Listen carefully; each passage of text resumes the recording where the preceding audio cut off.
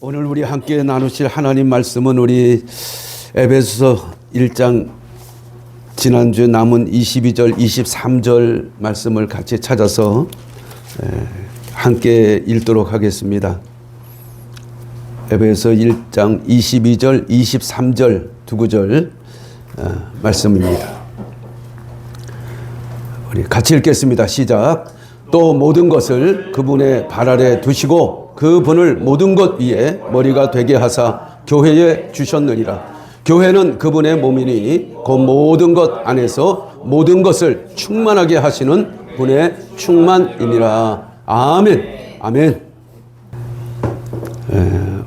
지난주에는 우리가 18절 에베소 1장 18절에서 21절까지 말씀 안에 있는 그분의 상성 유업의 그 영광의 풍성함이 무엇인지에 대해서 또 하나님께서 우리에게 그 권능을 사용하셨는데 그 권능의 지극히 크심이 무엇인지 이 두 부분에 대해서 지난주에 말씀을 드렸어요. 하나님이 우리에게 주신 그 상속 유업이라는 것은 인허리탄스라고 해서 하나님이 우리를 자신의 아주 가장 존귀한 가치 있는 재산으로 삼으셨다. 이게 상속 유업이라는 거예요. 상속 유업. 그러니까 하나님이 우리를 너무나 귀하게 여겼다는 거예요. 너무나. 여러분 이게 말이 되는 얘기예요. 이 피조물을 하나님이 가장 존귀한 그런 자신의 재산으로 삼으셨다. 그리고 그 하나님께서 우리를 가치 있는 그런 하나님의 존재로 삼으실 때에 그 영광의 풍성함이 우리에게 임하게 되었다. 그 영광의 풍성함. 그 베드로서 1장 3절과 4절에 보면 그 영광의 풍성함에 대하여 베드로 사도가 이렇게 기록한 것을 보게 됩니다. 우리를 부르사 영광의 덕에 이르게 하신 분을 아는 것을 통해 그분의 신성한 권능이 생명과 하나님의 성품에 속한 모든 것을 우리에게 주셨으며 그것들로 말미암아 지극히 크고 보배로운 약속들이 우리에게 주어졌나니 이것은 이 약속들에 힘입어 너희가 정욕으로 인해 세상에 있게 된 썩을 것을 피하여 하나님의 본성에 참여하는 자가 되게 하려 함이라. 할렐루야.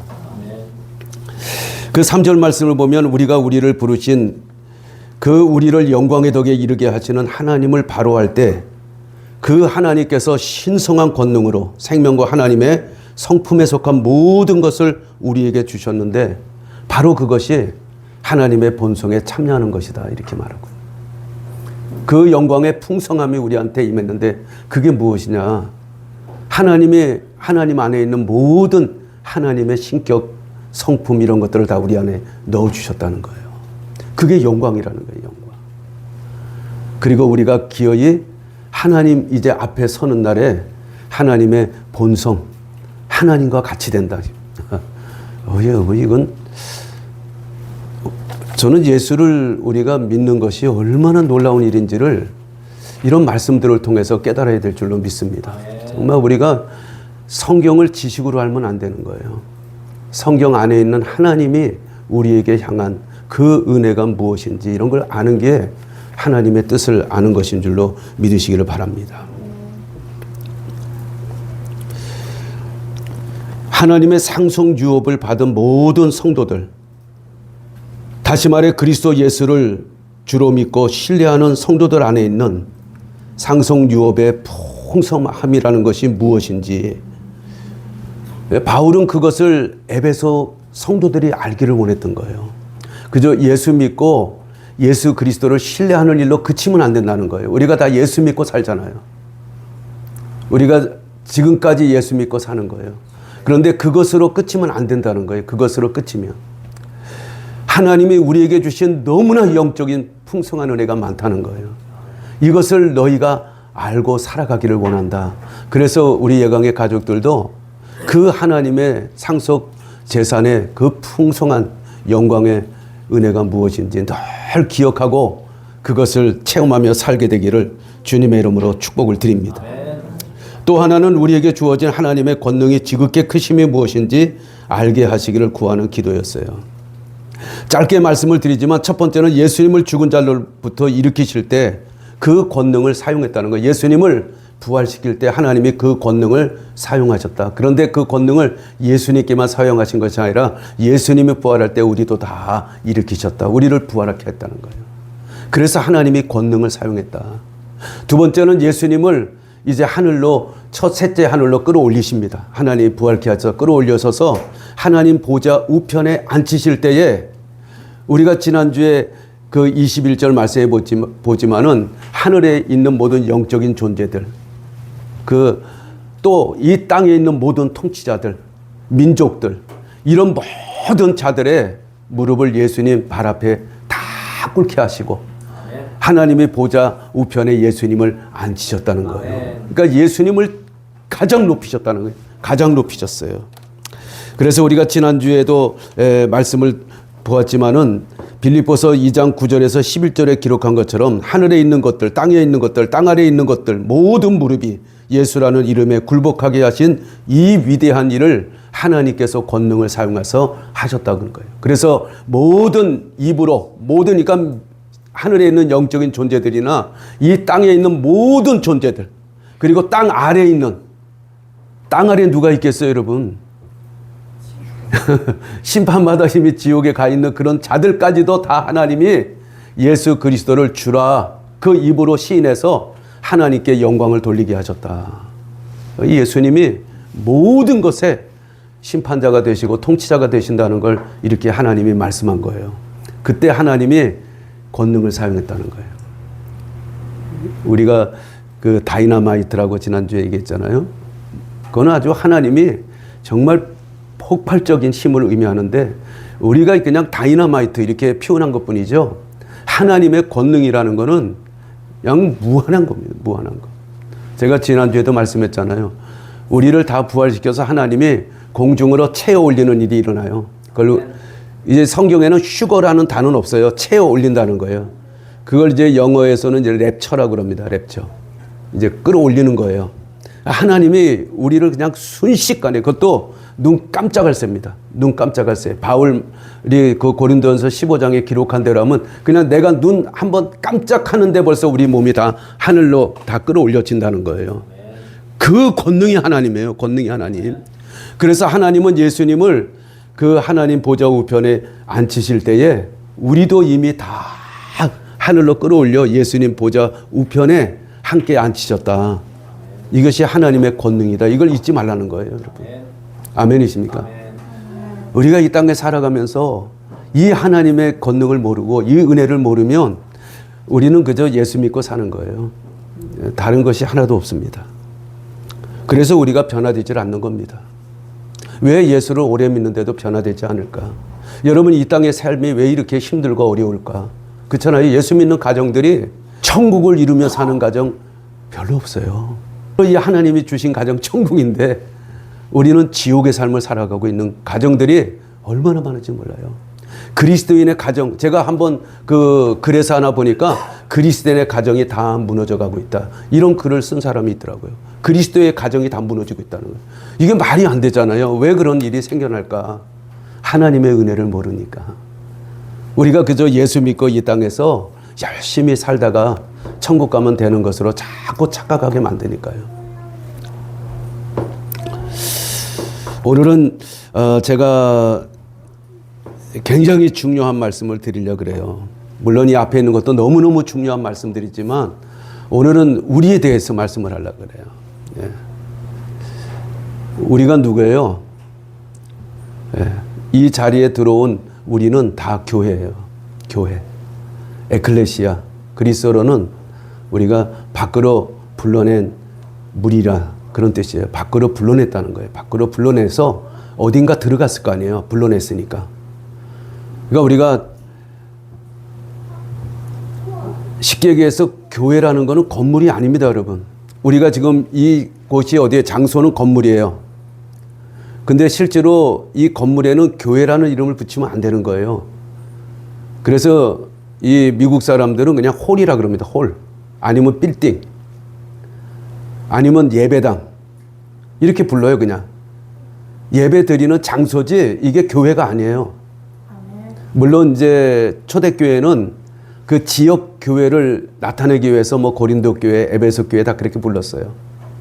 그런데 그렇게 부르게 된 가장 큰 원인은 그 안에 공동체가 교회이기 때문에 그래요. 교회. 우리가 혼자 있어도 교회예요. 그런데 성경은 반드시 예수님 앞에 부름받은 교회는 모여야 된다는 거예요. 모여야 된다는 거예요. 그러면 교회가 되지 않는다는 거예요, 여러분. 아멘이십니까?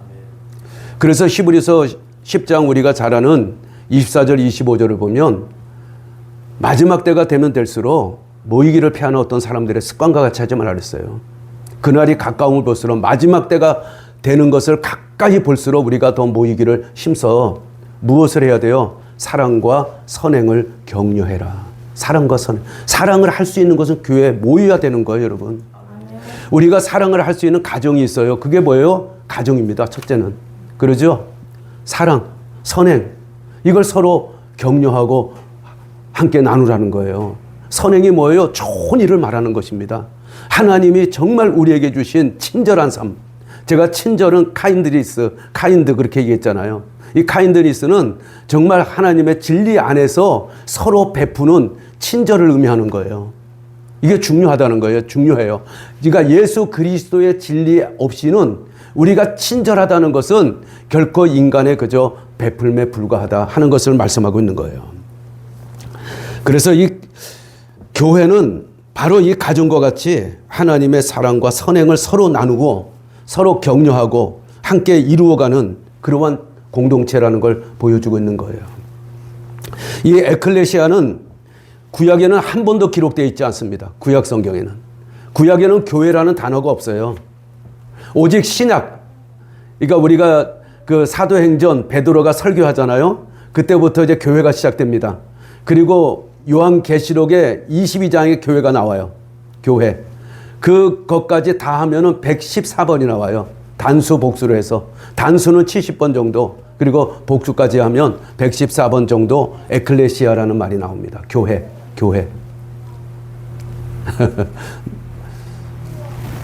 할렐루야. 아멘. 물론 구약 성경 레위기 20장 26절을 우리가 보면은 이런 말씀이 기록되어 있어요. 나 주가 거룩하며 또 너희를 내 소유로 삼으려고 다른 백성으로부터 너희를 떼내었으니 너희는 내게 거룩할지니라.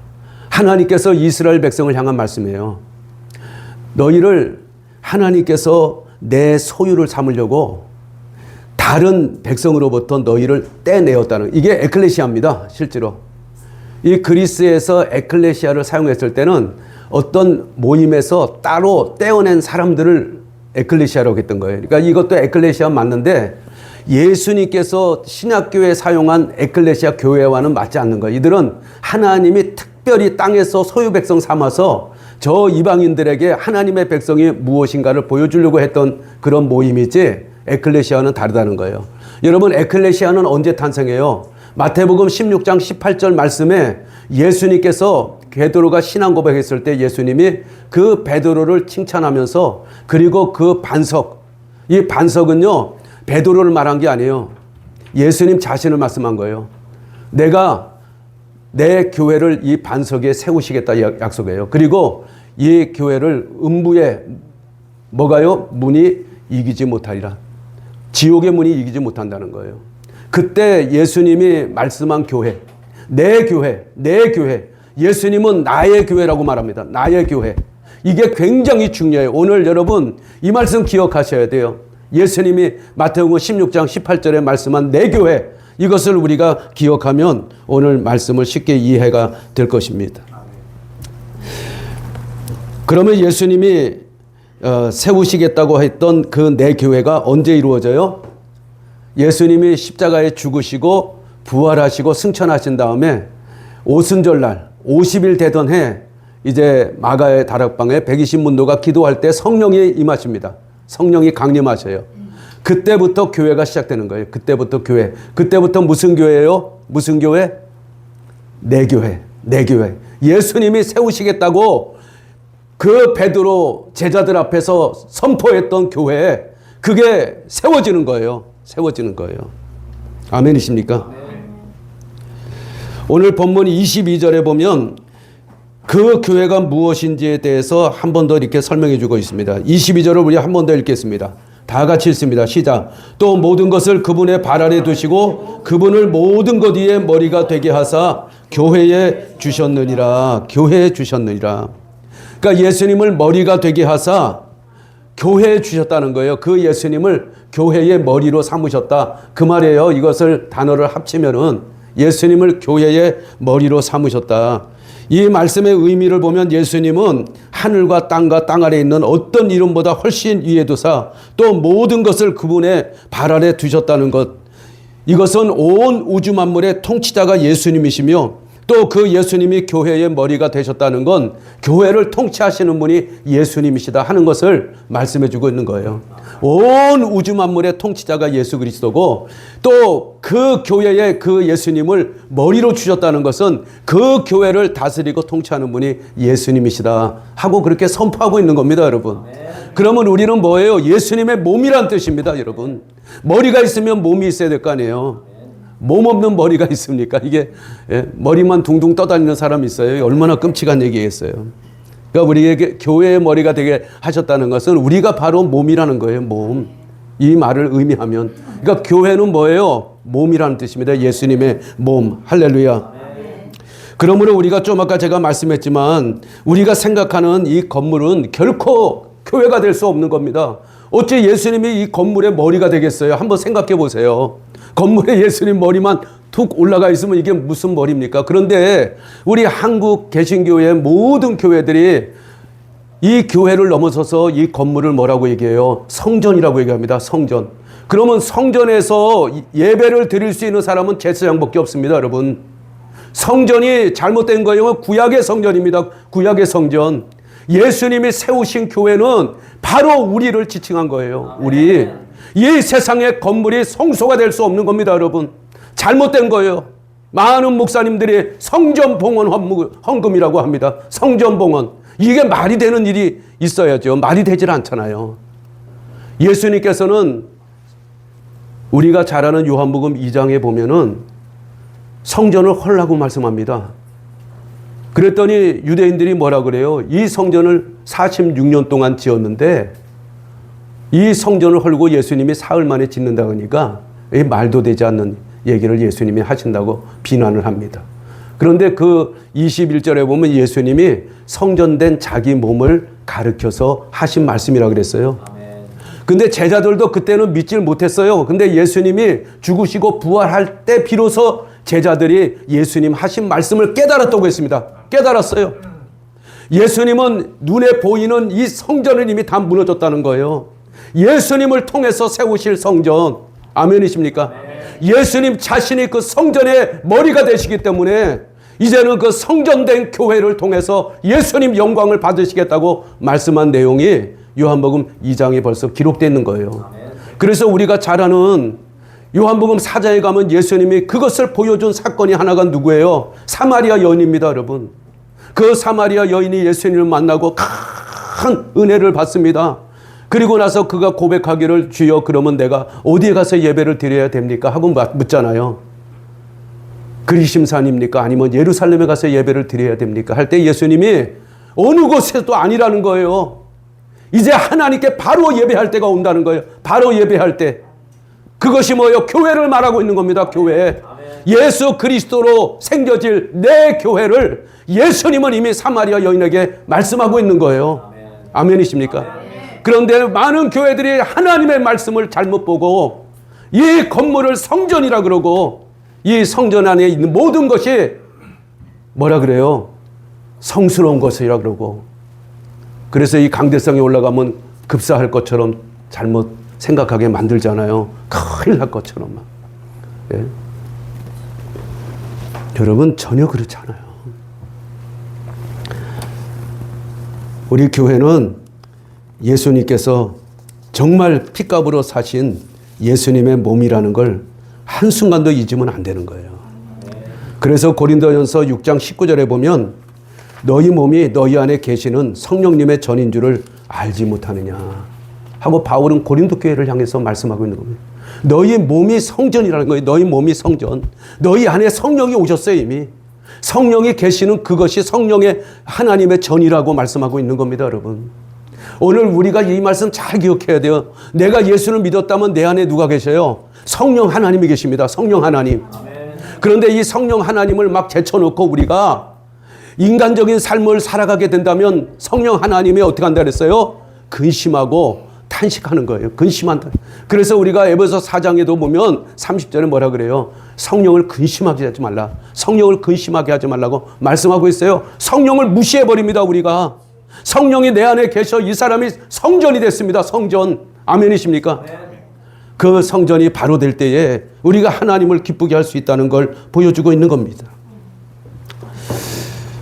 예수님께서 교회의 머리가 되셨기에 몸인 교회가 자연스럽게 성전됨을 말씀하고 있는 거예요. 그 부분에 대해서 베드로 사도는 베드로전서 2장 4절에서 5절 말씀에 이 부분에 대해서 이렇게 기록합니다. 참으로 사람들에게는 거부당하였으나 하나님께는 선정받은 돌, 곧 보배로운 산 돌이신 그분께 와서 너희도 살아있는 돌들로서 영적 집으로 건축되고 예수 그리스도로 말미암아 하나님께서 받으실 만한 영적 희생물을 드리는 거룩한 제사장이 되었도다. 우리가 제사장이 되었다는 거예요. 하나님 예수님께서 산돌이 되어서 모퉁이돌이 되셨어요. 아까 우리 찬양도 불렀잖아요. 우리가 그 예수님의 모퉁이돌에 함께 연결돼서 무슨 집을 지어요? 영적 건축된 성전을 짓는 거예요. 영적 성전. 할렐루야. 예수님과 함께 지어져가는 영적 성전이 되었다는 거예요, 여러분. 그래서 우리가 이제는 우리가 다 제사장이라는 거예요. 제사장. 아멘이십니까? 제가 목사는 하나님이 특별히 사명을 줘서 그냥 직분을 줘서 우리 가족들에게 하나님의 말씀을 잘 연구해서 가르쳐야 될 책임이 있는 게 목사입니다. 아멘이십니까? 이 목사가 제사장이 아니에요, 여러분. 오늘 예수 그리스도 안에 있는 모든 자가 하나님 앞에 예배하는 제사장이에요. 아멘. 할렐루야. 아멘. 이것을 베드로가 잊지 말라는 것입니다, 여러분.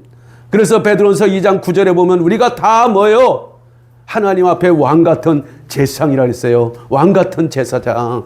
할렐루야. 사랑하는 여러분,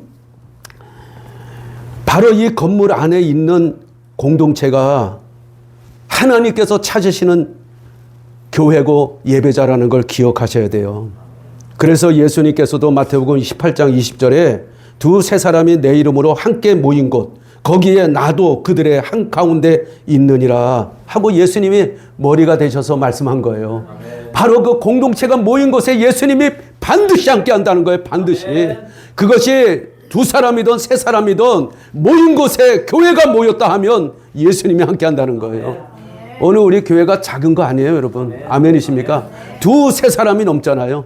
예수님이 함께 하실 줄 믿으시기를 바랍니다. 아멘. 할렐루야.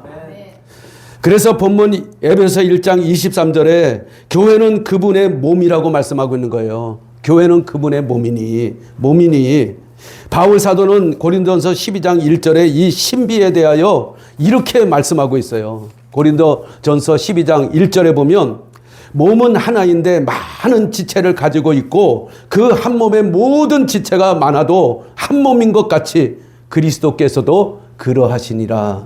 여러분, 몸에 많은 지체가 있어요. 그죠? 근데 그 많은 지체가 있다고 해서 그게 다른 지체입니까? 다른 몸이에요? 한 몸이라는 거예요. 한 몸.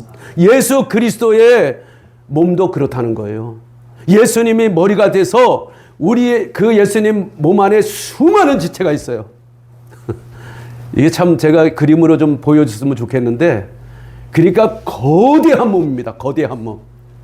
예? 온 세계에서 예수님을 믿으면 다 뭐가 돼요? 성령의 인칭을 받고 다 예수님의 몸으로 들어오는 거예요. 다 뭐 흑인이건 백인이건 황인종이건 뭐 누구도 상관없어요. 어디서 예수를 믿던. 아멘이십니까? 네. 다 예수님의 몸으로 들어온다는 거예요. 네. 그래서 한 몸이 된다는 거예요. 한 몸. 네. 예수님은 머리시고 몸은 수도 없는 지체로 예수님의 몸을 이루어 간다. 이게 고린도전서 12장 1절에 바울이 예수님의 교회가 뭔지에 대해서 그 신비를 얘기하고 있는 겁니다. 신비. 아멘. 아멘. 저는 우리 가족들이 이 육적인 지식이나 육적인 생각을 가지면 이 하나님의 놀라운 진리를 알 수가 없어요. 하나님은 영적인 분이셔요. 영의 세계를 다 창조한 분이셔요. 아멘이십니까? 그래서 하나님은 저 셋째 하늘, 우리가 볼 수도 없는 그곳에 하나님이 계십니다. 오직 하나님을 볼 수가 없었기에 육신을 입고 이 땅에 오셔서 하나님의 그 가진 속성들을 보여주신 분은 예수님밖에 없어요. 그 예수님. 근데 그 예수님은 우리에게 영적인 눈을 활짝 열어주길 원했던 거예요. 저는 우리 가족들이 예수님 믿으면 영적인 눈을 열고 살아야 할 줄 믿으시기 바랍니다. 그래서 우리 지난주에도 말씀했지만 지혜와 계시의 영, 우리 지각의 눈이 열리는 걸 영적인 눈이 열려서 사는 사람이라고 말하고 있는 거예요. 아직도 이 건물을 성전이라고 하는 사람들은 영적인 눈이 전혀 열리지 않았다는 걸 기억하셔야 돼요. 아무리 하나님 말씀을 전해도 영적인 눈이 닫혀 있는 사람이에요. 그래서 우리 몸 안에 14절 말씀처럼 여러 지체가 있어요. 아무리 몸 안에 많은 지체가 있어도 한 몸인 것처럼 예수 그리스도 안에 믿는 모든 사람들이 아무리 많아도 예수 그리스도 안에 한 몸임을 14절 고린도전서 12장 14절에 또 말씀해요.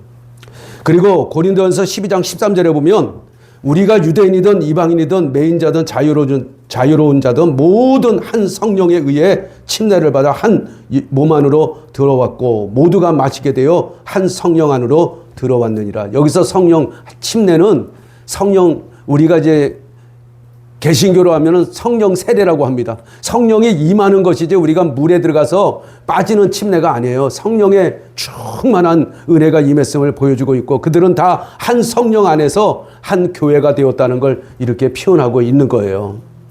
우리가 구약 시대에는요, 민족이 두 부류밖에 없었어요. 구약에는요. 어떤 민족이에요? 하나님의 선택받은 이스라엘 백성과 이방인이에요. 이 딱 두 민족으로 나눠진 거예요. 이스라엘 백성이 아닌 민족은 다 이방인이에요. 이방인. 근데 신약에 와서 세 부류로 나눠져요. 그게 뭐예요? 유대인, 이방인, 그리고 누가 있어요? 교회가 있는 거예요. 교회. 이게 새로 생긴 거예요. 교회가. 아멘이십니까? 그래서 고린도전서 10장 32절에 바울은 이렇게 말씀합니다. 유대인에게나 이방인들에게나 하나님의 교회나 걸려 넘어지게 하는 어떤 일도 하지 말라. 고린도 교회에게 당부하는 거예요. 유대인들에게도 이방인들에게도 무엇보다 하나님의 교회라는 세 부류가 나옵니다. 세 부류. 교회는 예수 그리스도로 인한 공동체를 말하고 있는 거예요. 그러면 하나님이 왜 교회로 우리를 부르셨는가 하는 거예요. 왜 하나님의 교회를 세우셨는가? 왜 우리를 교회로 부르셨는가? 이거 굉장히 중요하지 않겠어요? 첫 번째는 고린도전서 1장 2절을 말씀해 보면 예수님 안에서 우리가 거룩히 구별되고 성도로 부르시기 위함이라고 말씀해요. 예수님 안에서 우리가 거룩히 구별이 되라. 그러니까 우리가 교회로 부름받은 사람은 어떻게 돼요? 예수 그리스도 안에서 거룩히 구별이 돼야 돼요. 거룩히 구별이 돼야 돼요. 이 거룩하다는 말이 원래가 구별됐다는 말입니다. 하나님께서 안식일을 거룩하게 하라 그랬잖아요. 그 거룩했다는 말이 떼어놨다는 거예요. 구별했다는 거예요. 구별. 그래서 우리가 예수 그리스도께 부름받고 교회가 된 사람은 어떻게 살라는 거예요? 구별되게 살라는 거예요. 딱 띄어서 살라는 거예요. 세상에 살지만 우리가 딱 어떻게 해요? 세상에서 이미 밖으로 불러 나왔잖아요. 사망에서 생명으로 옮겨졌잖아요. 여러분, 세상 사람에서 예수 사람으로 옮겨졌잖아요. 이게 에클레시아입니다. 그러니까 우리가 어떻게 살아야 된다는 거예요? 세상과 구별해서 살아가라 그 말이에요. 그러기 위해서 교회를 부르셨다는 거예요. 세상과 구별되게 하기 위해서. 아니, 세상과 구별되지 않는 게 어떻게 교회라고 할 수 있어요, 여러분? 그렇잖아요. 우리가 예전에 웃기는 말로 그런 말 했습니다. 마귀가 이 교회에 와서 보니까 자기 자녀들이 굉장히 많더라는 거예요. 하나님의 자녀라고 앉혀 있는데 보니까 자기 자녀가 여기 와서 찬송하고 있더라는 거예요. 이런 재밌는 얘기를 했잖아요. 구별되지 않은 거예요. 내가 하나님의 백성인지 마귀의 백성인지 구별되지 않는 거예요. 하나님이 우리를 불러내신 이유는 우리가 예수 그리스도 안에 거룩히 구별되어 하나님 안에서 온전하게 만들어가기 위해서 하나님이 우리를 부르셨다. 그렇게 말씀하고 있는 겁니다. 그래서 바울 사도는 데살로니가전서 5장 23절 말씀에 데살로니가 성도들을 향해서 이렇게 기도한 것을 볼 수가 있어요. 너희를 온전하게 거룩하게 구별하시기를 원하노라. 너희를 하나님께서 온전하게 그리고 거룩되게, 할렐루야. 이 거룩이라는 말은 항상 구별됐다는 말입니다. 구별됐다, 따로 떼어놨다는 거예요. 아멘. 여러분, 우리가 교회 밖에 나가서 살아갈 때, 정말 우리가 예배 드리고 나가서 살아갈 때 우리가 세상 사람들을 만나도 어떻게 만나야 된다는 거예요? 구별되게 만나야 된다는 거예요. 구별되게 행동해야 된다는 거예요. 예수 그리스도의 몸으로서 행동해야 된다는 거예요. 아멘이십니까? 함부로 말하는 게 아니에요. 함부로 행동하는 게 아니라고 제가 수도 없이 말씀을 드려요. 우리는 예수 그리스도가 부름받은 거룩하게 구별된 사람들이다. 이것을 꼭 기억하며 살라는 거예요. 어떤 일을 해도. 아멘이십니까, 여러분? 라는 예각관 종 여러분, 그러므로 우리는 거룩히 구별된 성도가 되어야 한다는 것이 하나님이 부르신 목적이라고 말하는 거예요. 두 번째는 고린도전서 1장 9절에 나와 있는 것처럼 예수님과 교제하는 삶을 살아가기 위해서 하나님이 우리를 교회로 부르셨다 하고 말하고 있어요. 교제. 여러분, 우리가 가정은 뭐 하는 곳이에요? 함께 자고 밥 먹는 거예요? 이런 가정은 참 불행한 가정입니다, 여러분. 함께 그저 밥이나 먹고 그저 자고 일어나고 헤어지고. 여러분, 가정이 가장 귀중한 게 뭐예요? 교제입니다, 교제. 서로 나누는 삶이에요. 아멘이십니까? 교제가 없는 가정은 죽은 가정이에요, 여러분. 정말이에요. 부부가 교제가 없으면 죽은 가정이에요. 아무 소망도 없어요, 가정이. 오늘 제가 한 목사님 이렇게 유튜브 아침에 제가 말씀을 다 마치고 시간이 좀 남아서 좀 이렇게 말씀을 듣고 왔는데 그 목사님이 그런 얘기를 하는 거예요. 자기가 신학교를 다닐 때 기숙사에 들어가잖아요. 기숙사에 들어갔는데 3명이 이제 함께 그 공간에서 이제 생활을 했었나 봐요. 신학생들 3명. 다 전사님들이죠. 이제 그분도 전사님이고 다 전사님인데 한 전사님이 두 전사님을 너무 힘들게 한 거예요. 이 목사님이 속한 거죠. 두 전사님은 씻질 않고 빨래도 안 하는 거예요. 그래갖고 이 두 전사님이 빨래에다 놓으면 수건 쓰고 양발 신고 팬티까지 입고 이렇게 하는 거예요. 속옷까지.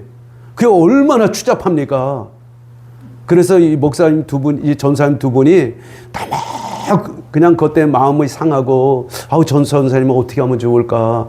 그렇게 하다가 이제 지금 목사님 되신 분이 화살대를 맨 거예요. 예. 그래가지고 그 전사님 불러서 얘기를 했답니다. 아니, 전사님, 어떻게 이럴 수 있느냐? 우리는 뭐 빨래하고 싶어 빨래하고 씻고 싶어 씻느냐? 공동생활에서 서로 예의를 갖춰야 되는 거 아니냐? 하면서 좀 전사님 다른 건 몰라도 씻는 건 몰라도 빨래는 좀 하라 그랬대요. 남의 거 가져가지 말고. 그랬더니 이분이 빨래를 하더래요. 어느 날. 깨달았나 보구나. 그랬더니 그 빨래를 해가지고 짤순이에 짜서 널어야 되잖아요. 그 넣는 것이 좀 그 기숙사에서 떨어져 있었나 봐요. 그랬더니 그냥 자기 관물함 거기다 휙 집어넣고서 문을 딱 닫고 한참 되니까 거기서 썩은 내가 나가지고 이런 분, 그래서 그 목사님이 그런 생각을 했다는 거예요. 내가 이분 정말, 근데 전도사니까 주일 되면 어떻게 하겠어요? 말끔히 양복 입고 차려입고 꼭 가방 들고 설교한다 간다. 이런 사람 만나면 큰일 나겠다. 이런 사람 만나는 아내가 될 사람은 정말 내가 이 사람 따라다니면서 정말 이 사람 만나면 안 된다고 얘기해야 되겠다. 그런 얘기를 하더라고요. 얼마나 불행합니까, 여러분? 얼마나 불행해요. 그렇잖아요. 겉으로는 보면 멀쩡할 거 아니겠어요. 그런데 이 공동체 생활에서 해보니까 이분이 어떤 사람인지 다 알 수 있는 거 아니에요. 여러분, 우리 가정이요, 얼마나 소중한 곳인지 모릅니다. 얼마나 중요한 곳인지 몰라요.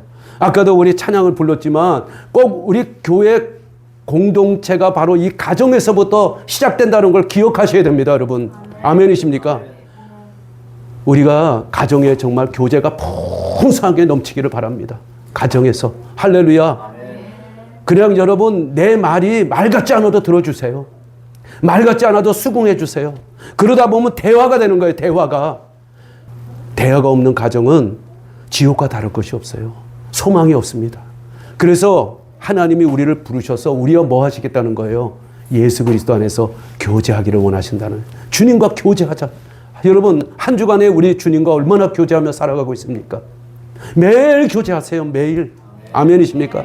정말 우리는 주님 없이 살 수 없습니다. 주님 은혜 없이는 우리 살아갈 수 없어요. 주님 나를 붙들어 달라고 주와 늘 동행하면서 주님과 교제하면서 살아가는 우리 가족들이 되시기를 바랍니다. 그러기 위해서는 우리가 수준이 맞아져야 되잖아요. 수준이 교제하기 위해서는.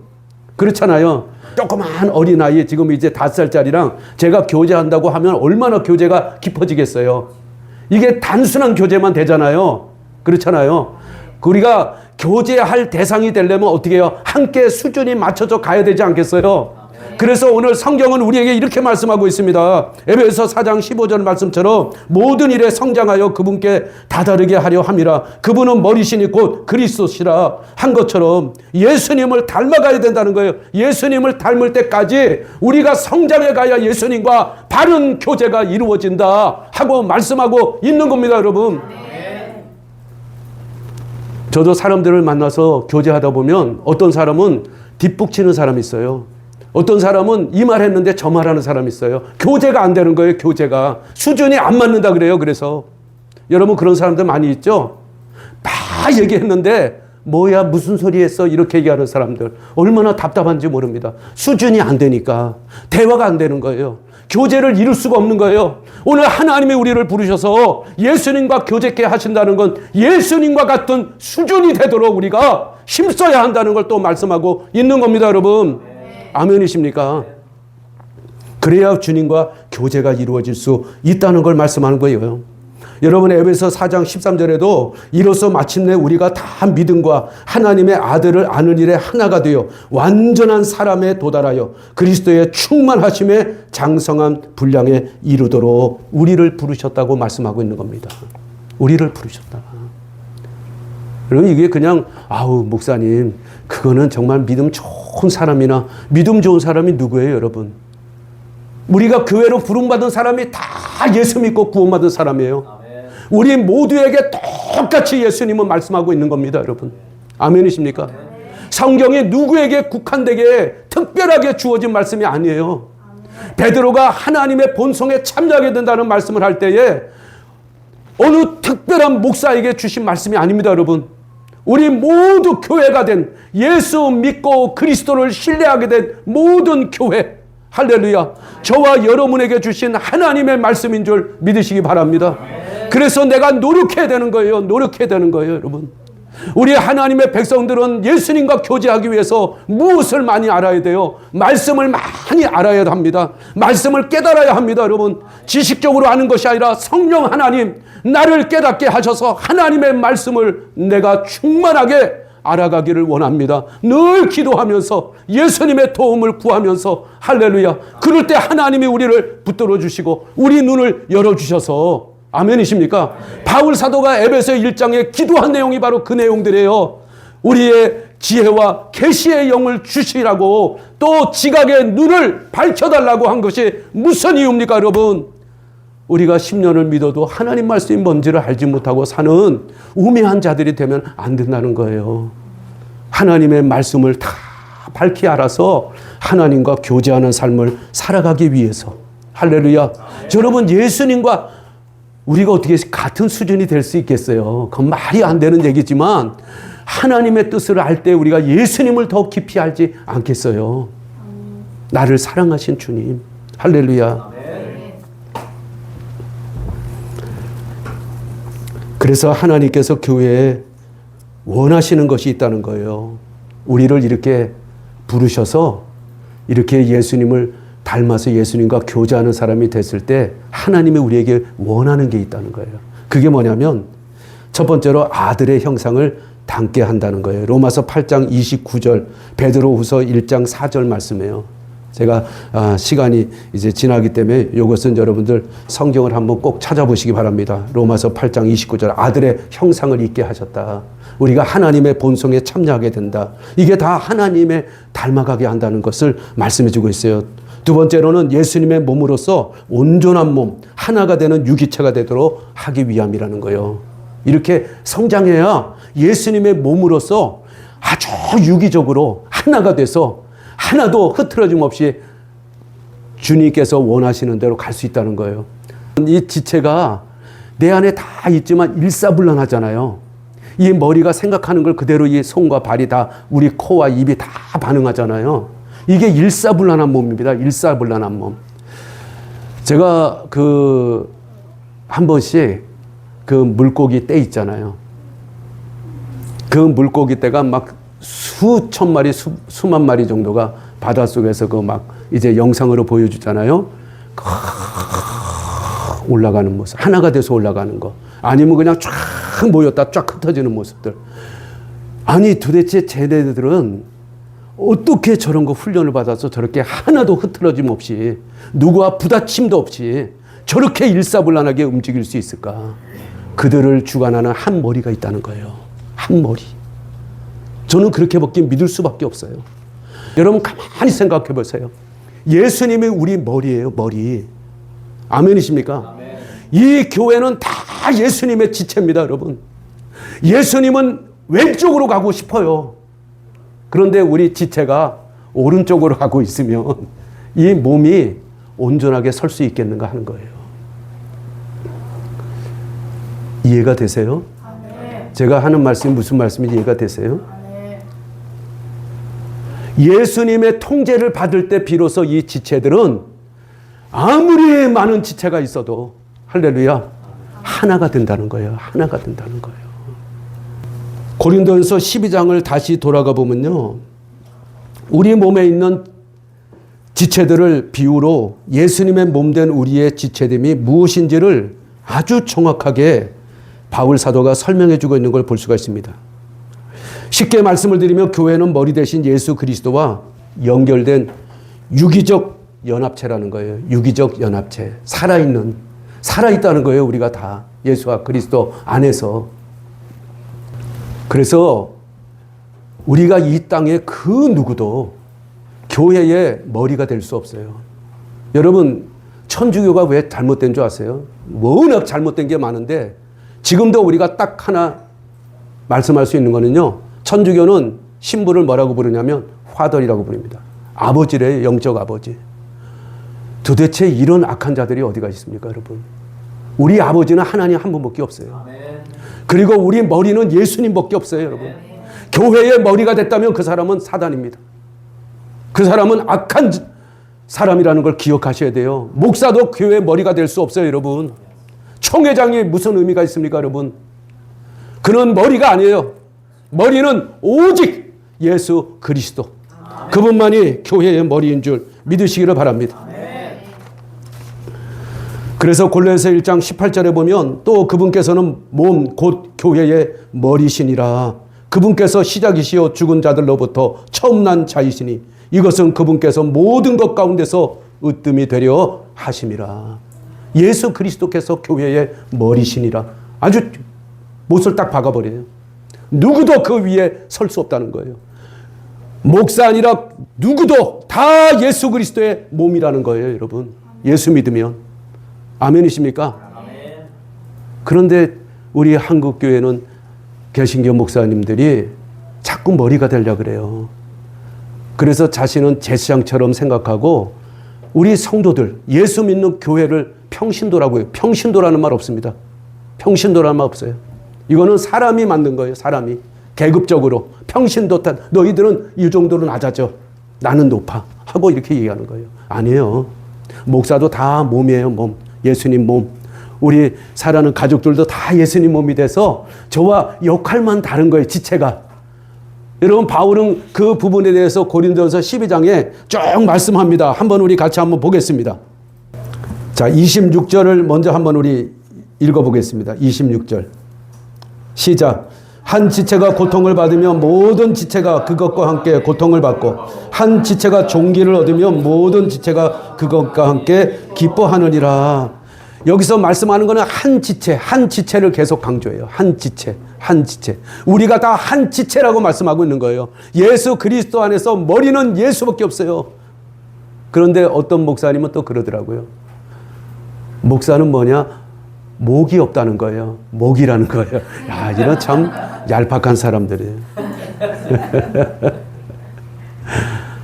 여러분, 저는 제가 아마 예수님의 지체로서 저는 말씀을 전하니까 아마 입이 아닐까 그렇게 생각합니다. 열심히 섬기고 봉사하는 분들은 아마 예수님의 손과 발이 아닐까 그런 생각을 해요. 여러분, 우리가 또 이 몸 안에는 여러분, 우리가 정말 아무 보잘것도 없지만은 이 털도 다 몸의 지체입니다, 여러분. 이 털이 없으면 사람이요, 이 체온을 낮추고 할 수가 없어요. 아멘이십니까? 이 얼마나 소중한지 몰라요. 우리 장기 안에 있는 것들 보세요. 얼마나 많아요. 아멘이십니까?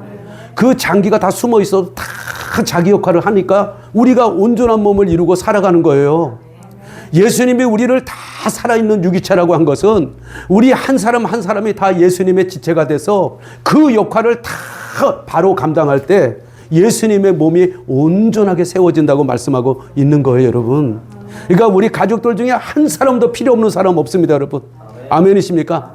그래서 오늘 본문에 보면 한 지체가 무엇을 당하면요? 고통을 당하면 모든 지체가 함께 아파합니다, 여러분. 아멘이십니까? 아, 이 손가락이 지금 잘라졌는데, 아이고, 너 손가락, 우리 상관없어. 이런 거 본 사람 있어요? 아무도 없어요. 이거 막 난리 납니다, 여러분. 그죠? 빨리 막 입으로는 막 아이고, 아이고 하고, 발은 막 뛰고, 여러분, 이 난리가 납니다. 우리 모든 지체가 막.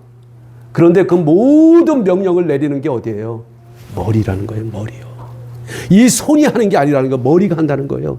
그러니까 우리 예수 그리스도께서 우리를 다 통제할 때, 할렐루야, 그 몸은 온전하게 우리 몸이 일사불란하게 나아가는 것처럼, 여러분 그렇잖아요.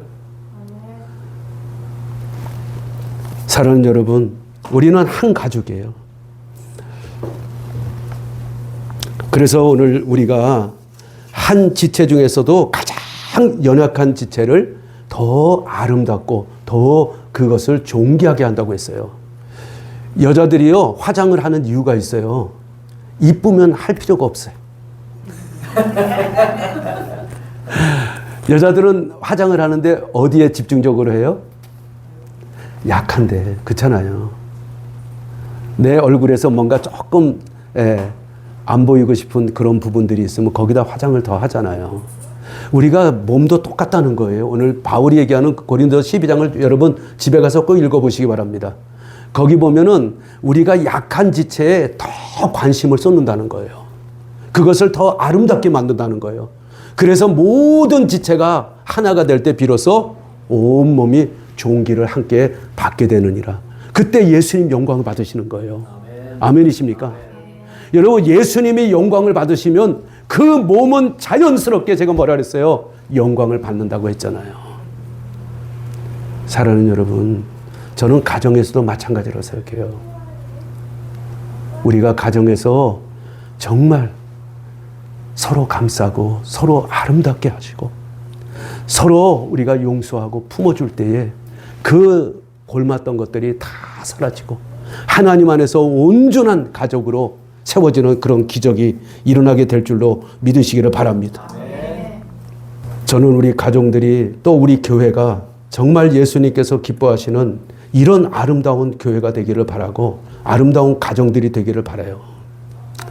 그래서 오늘 마지막에 보면은 한 가지 더 말씀을 드리고 마치려고 합니다. 에베소 1장 23절의 말씀의 뜻을 제가 한번 말씀을 드리려고 그래요. 1장 23절 한번 같이 읽겠습니다. 시작. 교회는 그분의 몸이니 곧 모든 것 안에서 모든 것을 충만하게 하시는 분의 충만이니라. 아멘. 이 말씀을 요약하면은요, 교회는 모든 것을 충만케 하시는 그리스도의 충만이라는 그런 뜻입니다. 교회는 모든 것을 충만케 하시는 분이 누구냐면 예수님이에요. 예수님은 이미 충만하신 분이에요. 충만하신 분이에요. 그런데 교회가 그분을 충만케 한다는 게 무슨 뜻인가? 이걸 알아야 되잖아요. 교회. 우리가 예수님을 충만하게 한다는 거예요. 아니, 예수님은 더 이상 충만할 분이 아니에요. 하나님이시기 때문에 그 하나님은 모든 것을 가지시고 통치하시는 분이셔요. 그래서 예수님은 이미 충만하신 분인데 교회가 그분을 충만하게 하신다. 이 의미를 우리가 알아야 될 거 아니겠어요?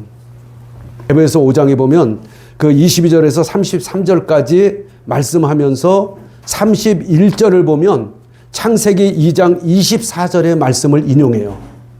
창세기 2장 24절, 31절은. 에베소 5장 31절은 창세기 2장 24절의 말씀을 인용한 거예요. 한번 읽어보면 이런 까닭으로 남자가 자기 아버지와 어머니를 떠나 자기 아내와 결합하여 그 둘이 한 육체가 될지니라. 그러면서 32절에 보면 이것을 큰 신비라고 했어요. 큰 신비.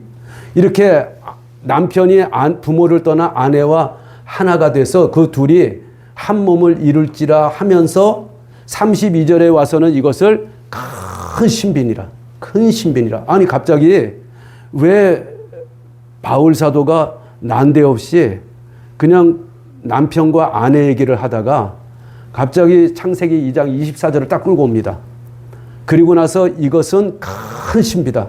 그러면서 그 다음에 한 것이 뭐냐면 이것은 그리스도와 교회에 대한 이야기라는 거예요. 아니, 창세기 2장 24절의 내용이 교회와 그리스도에 대한 사랑의 스토리라는 거예요. 제가 쉽게 풀으면 이거 얼마나 놀라운 얘기입니까, 여러분? 저는 이 말씀을 준비하면서 제가 다시 한번 참 묵상하게 된 말씀인데요. 여러분, 참 이거 한번 생각해 본 적 있어요? 그래서 성경은 에클레시아를 그리스도의 신부라고 한 거예요. 신부. 에클레시아, 이게 여성 명사입니다. 여성. 그래서 예수님이 신부라고 할 때는 처녀라고 썼어요. 처녀, 버진. 그냥 한 처녀. 그런데 이스라엘 백성들을 처녀라고 부를 때는 처녀들이라는 말을 썼어요. 이건 교회와 구별됐다는 거예요. 처녀들. 이스라엘은 전부 다 처녀들로 나옵니다. 처녀들. 그래서 우리가 요한계시록 14장에 가면 14만 4천 명이 나오는데 그들이 여자와 더불어 더럽히지 아니한 처녀들이라고 또 나와요. 여자와 더불어서 몸을 더럽히지 않았는데 이들이 처녀들이라는 거예요. 여러분, 에클레시아가 처녀입니다. 한 처녀, 신부예요. 예수 믿으면 뭐가 돼요? 신부가 된다니까요. 무슨 의미인지 알겠죠? 우리가 다 신부가 되는 거예요, 신부. 한 처녀가 된다니까, 한 처녀. 그래서 예수님의 신부는 한 처녀밖에 없어요. 교회. 이스라엘 민족은 처녀가 아니에요. 처녀들이에요. 아멘이십니까? 아멘. 그래서 우리 예수님께서 공중에 재림하실 때 오늘 제가 이 말씀을 드리지 못하게 됐어요. 너무 오늘 준비하다 보니까 말씀이 너무 길어져서 이 말씀, 교회가 왜 환난전에 휴거되는가, 이 말씀에 대해서는 제가 다음 주에 드리려고 하는데, 보세요. 예수님 공중 재림하실 때 예수님을 믿었던 교회만 휴거되든지 부활돼서 올라갑니다. 이해가 되시죠? 여긴 교회만 가요, 교회. 예수님의 몸만 올라가요. 예수님의 몸만. 그래서 7년 동안 뭐 해요? 거기서 혼인 잔치 준비를 합니다. 그때 이 땅에는 뭐가 일어나요? 7년 환난이 일어나는 거예요. 7년 환난. 이 환난은 교회에 주시는 환난이 아니고 유대인들에게 주시는, 유대인을 정결케 하고 그들이 하나님의 법에 다시 온전하게 돌아오기 위해서 하나님의 마지막 예비하신 한 일이에요. 한 일에. 그래서 에레미야 30장 15절에 보면 이것은 에레미야가 야곱의 환난의 때라고 했어요. 야곱은 교회가 아니에요, 여러분. 아멘이십니까? 아멘. 다니엘도 9장 24절 이하에도 보면 이것은 다니엘의 백성, 다니엘의 백성에게 주어진 환난이라고 한 이래를 말씀하고 있어요. 이건 교회와 상관이 없는 얘기입니다. 교회와 상관이 없어요, 여러분. 아멘이십니까? 아멘. 제가 오늘은 이 부분만 이렇게 잠깐만 전하겠어요. 하여간 이 예수님께서 우리를 다 공중으로 끌어올려서 이제 교회가 다 휴고가 되든 부활을 하든지 예수님과 만나 7년이 지나면 어떻게 돼요? 7년 환난이 끝나고 그리고 마지막 이 세상의 민족이 예수님께 대항하기 위해서 아마겟돈 전쟁을 일으킵니다. 그래서 예수님이 한 방에 그들을 다 물리쳐버려요. 그리고 거짓 선지자 그리고 저 거짓 적그리스도 둘을 다 그 따랐던 자들과 함께 다 불못에 던지고 마귀만 1000년 동안 감옥에 가둬버립니다. 다른 것들은 다 불못에 던져져요. 그리고 예수님이 올리브산, 이제 예수님 우리 개혁성경으로 하면은 감람산이라고 합니다. 감람산에 발을 딱 디디는 순간 예수님이 신부를 보이는 거예요. 이게 이스라엘의 풍습입니다, 여러분. 그때 예수님의 신부를 공개하는 거예요, 여러분. 이 땅에 올 때. 그럼 그들을 누가 맞이하느냐? 이스라엘 백성들. 살아서 천년왕국에 들어가는 사람들이 예수님을 다 맞이하게 되는 그런 일이 생겨질 것을 성경은 다 말하고 있어요. 여러분 요한계시록 19장에 가보면 7절에 뭐라고 그러냐면 우리를 예수 그리스도의 어린 양의 혼인잔치가 이르렀고 다 준비가 되었도다 하고 말하고 있어요. 이제 그때는 다 끝났을 때, 거의 끝났을 때, 7년 환난이 다 끝났을 때, 아멘이십니까? 하늘의 모든 천사들, 장로들 다 모여서 이제 어린 양의 혼인 잔치가 시작되었도다 하고 말하고 있어요. 우리가 예수님 신부예요. 그래서 우리가 예수님과 결혼하게 되는 것을 여러분 믿으시기를 바랍니다. 할렐루야. 그래서 바울은 뭐라고 말씀하냐면 남편에게 아내가 복종해야 된다고 말씀하면서 이것은 교회의 머리가 누구예요? 예수님이기 때문에 남편에게 하는 게 아니라 예수님께 하는 거라고 아내들에게 말하고 있는 거예요. 바울은 놀라운 비밀을 우리에게 지금 섞어서 말하고 있는 겁니다, 여러분. 우리 남편이 누구예요? 예수님이라는 거예요. 여러분, 우리의 육적인 하나님이 이 땅에 세웠던 부부는 그림자라는 거예요, 그림자. 하나님이 진짜 세울 가정, 부부를 만들 가정이 누구예요? 예수님과 우리라는 거예요. 그래서 이 땅에 사는 동안 그 예수님을 섬기들 남편을 섬기라는 거예요. 그리고 그 남편들은 그 아내, 몸된 신부, 그를 사랑하라는 거예요. 죽도록. 할렐루야. 왜냐하면 예수 그리스도께서 그 교회를 위하여 몸을 내어 죽은 것처럼 남편들아 내 아내를 내 몸처럼 사랑하라. 아멘. 할렐루야. 아멘. 이것이 예수님이 세우시는 가정이라고 말하고 있는 거예요. 우리가 이 가정 소홀히 하면 안 돼요. 하나님이 내게 특별히 이 땅에서 비록 모형이지만 그러나 진짜 삶을 사는 거예요, 우리가. 아멘이십니까? 이스라엘 백성들이 하나님의 백성으로서 살았던 건 어떤 면에서 예수님이 오셔서 이루실 모든 그림자의 삶을 살았지만 그들은 진짜 믿음으로 그렇게 살았던 거예요, 여러분. 가짜라는 건 없어요. 아멘이십니까? 오늘 바울 사도는 예수님과 우리의 관계가 얼마나 신비로운 관계인가. 신비가 뭐예요? 미스테리예요, 미스테리. 사람이 풀 수 없는 관계라는 거예요. 할렐루야. 아멘. 부부가 어떻게 한 몸이 돼요, 한 몸. 여러분, 그러면 교회가 예수님을 어떻게 충만하게 하느냐. 우리가 창세기에 2장에 가서 보면 하나님이 아담을 짓습니다. 그리고 아담이 홀로 독처하는 것이 하나님 보시기에 좋지 않았다고 해서 누구를 줘요? 하와를 지어서 아담을 완전체로 만들어요.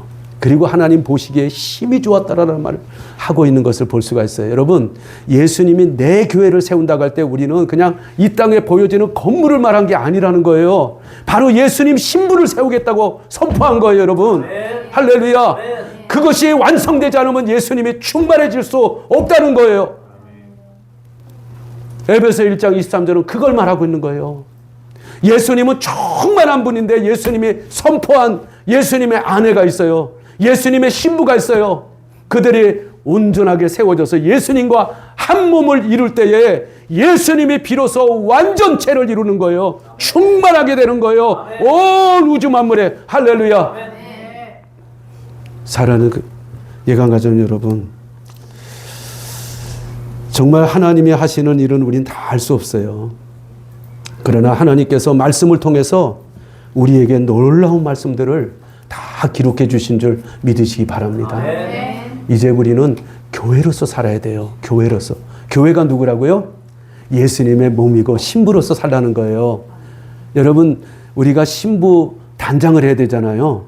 요한계시록 22장에 가면 뭐가 내려와요? 새 예루살렘이 내려오는데 어떤 것으로 그 예루살렘을 표현하고 있어요. 신부가 신랑을 위하여 단장한 것 같아. 얼마나 아름다우면 신부가 신랑을 위하여 단정해야 돼요. 단장해야 돼요. 아멘이십니까? 우리 주님 앞에 깨끗하고 정결하고 흠없이 주님 앞에 서는 그날까지 우리 가족들이 저는 준비되기를 우리 주님의 이름으로 축복을 드립니다. 아멘. 우리 다 같이 데살로니가전서 5장 23절 한번 같이 읽고 마치겠습니다. 다 같이 시작. 화평에 바로 그 하나님께서 너희를 온전하게 거룩하게 구별하시기를 원하며 또 너희의 온 영과 혼과 몸이 우리 주 예수 그리스도께서 오실 때까지 흠없이 보존되기를 내가 하나님께 기도하노라. 아멘. 저도 우리 가족들을 위해서 기도합니다. 이렇게 되기를, 정말 주님 앞에 서는 날 이렇게 되기를 참 기도합니다. 기도하겠습니다. 사랑하는 아버지 하나님, 아버지께서 우리를 온전하게 거룩하게 구별하시기를 원합니다.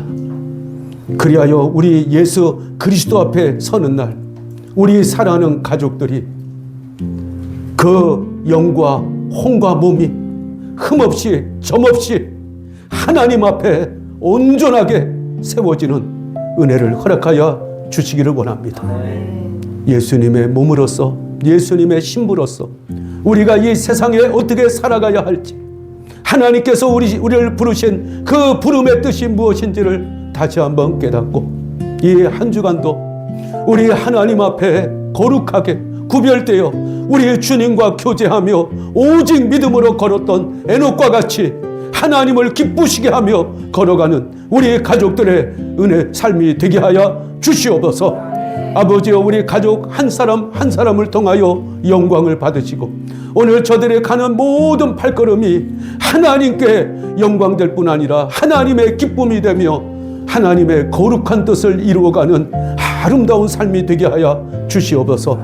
오늘도 우리를 사랑하시며 함께 하시며 우리의 신랑이 되시는 우리의 머리가 되신 우리 주 예수 그리스도의 이름으로 간절히 기도드리옵나이다. 아멘.